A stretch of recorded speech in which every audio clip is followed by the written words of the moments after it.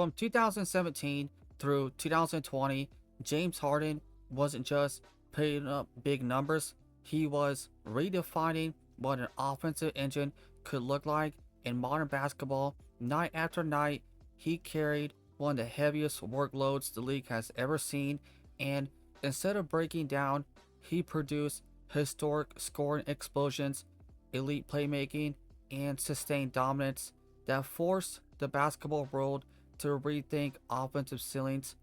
Over this four-season stretch, Harden averaged 32.4 points, 6.7 rebounds, and 8.8 assists per game on 44% shooting. In the playoffs, where defenses are tighter and game plans are built to stop stars, he still delivered 29.5 points, 5.7 rebounds, and 7.3 assists per game. That kind of production under postseason pressure reinforces just how real his offensive greatness was. What made Harden's peak so remarkable wasn't just his scoring, it was the variety of statistical dominance. In the 2016-17 season, he averaged nearly a 29-point triple-double, functioning as Houston's full-time offensive intended. 2 seasons later, in 2018-19, he averaged 36.1 points per game, the highest scoring average since Michael Jordan's 37.1 in 1986-87. Few players in league history have even approached those scoring levels in the modern era, especially while also serving as their team's primary playmaker. That dual threat, elite scoring combined with elite facilitation, placed Harden in extremely rare company. He wasn't just leading the offense, he was the offense. Harden's peak years were filled with games that felt like video game stat lines. March 22nd, 2019, 61 points. January 30th, 2018, a 60-point triple-double. December 31st, 2016, a 53-point triple-double. November 5th, 2017, 56 points on 75% shooting. November 28th, 2018, 17 assists. These weren't isolated explosions from a streaky scorer, they were part of a sustained pattern of nuclear production. During the 2018-19 season, James Harden scored 30 plus points in 32 consecutive games, averaging 41 points per game during that stretch. Only the very greatest scorers ever have sustained runs like that. Defenses knew exactly what was coming, built schemes specifically to stop him, and he still produced at historic levels. Between 2017 and 2020, James Harden recorded 20 games with 50 plus points. The next closest player, Damian Lillard, had 10. 67 games with 30 plus points and 10 plus assists. This wasn't just high volume scoring, it was elite scoring while orchestrating offense for everyone else on the floor. No discussion for Harden's peak is complete without acknowledging his isolation dominance. Houston leaned into spacing and analytics, surrounding him with shooters and letting him attack defenders one-on-one. His step back three became one of the most unguardable moves in basketball. Defenders had to respect his driving ability, which gave him space. If they sagged, he stepped back. If they pressed, he drove. If help came, he found shooters.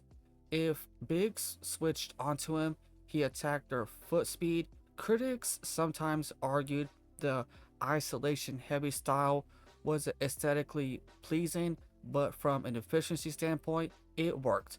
Harden consistently ranked among the league leaders in points per isolation possession, turning what is typically a low efficiency play type into a reliable offensive weapon.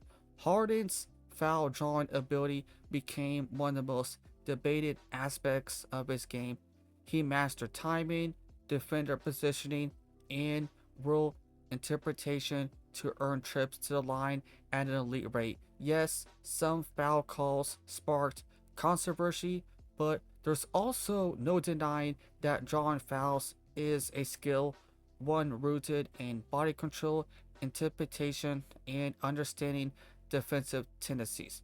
And beyond the debates, free throws are efficient offense. Harden's ability to get to the line added another layer to his scoring arsenal and kept defenses off balance, while the step back three and foul drawing drew headlines. James Harden's finishing ability was equally important. He possessed elite body control, strength, and touch around the basket, allowing him to absorb contact and finish through traffic. Meanwhile, his playmaking was elite. James Harden wasn't just passing when trapped, he was manipulating defenses. He forced rotations, read help defenders, and delivered pinpoint passes to shooters and rim runners. This dual threat capability meant defenses could never fully commit to stopping one aspect of his game without paying for it somewhere else. James Harden's usage rate during this stretch was enormous. He carried a level of offensive responsibility rarely ever seen in NBA history. He intimidated, created, scored, and orchestrated nearly every possession. Yet, despite the workload, his efficiency and production held steady. Houston built its identity around Harden's ability to generate offense at scale, and he delivered with remarkable consistency. Between 2017 and 2020, the Houston Rockets won 217 games, trailing only the Toronto Raptors over that time span. James Harden was unquestionably the engine driving that success. He won the 2018 MVP and remained firmly in the MVP conversation every season during this run. Whether it was his scoring explosions, Houston's win totals, or his nightly dominance, he was always central to the league's biggest individual award debates. When evaluating offensive peaks in NBA history, Harden's 2017 to 2020 run deserves a seat at the table. Few players have combined elite playmaking, historic scoring streaks, massive usage responsibility, and consistent team success. Harden's peak years changed how teams thought about offensive design. They proved that one player surrounded by shooting and empowered to make decisions every possession could sustain elite efficiency and historic production. From near triple double orchestration to a 36-point season average, 50-point explosions to a 32 game streak scoring 30 plus points, from step back daggers to his elite playmaking reads.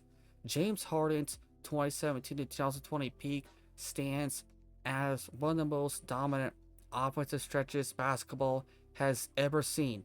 So that'll be it for this video. Leave a comment, tell me what you think. I much appreciate it if you click the like button. Thank you for watching.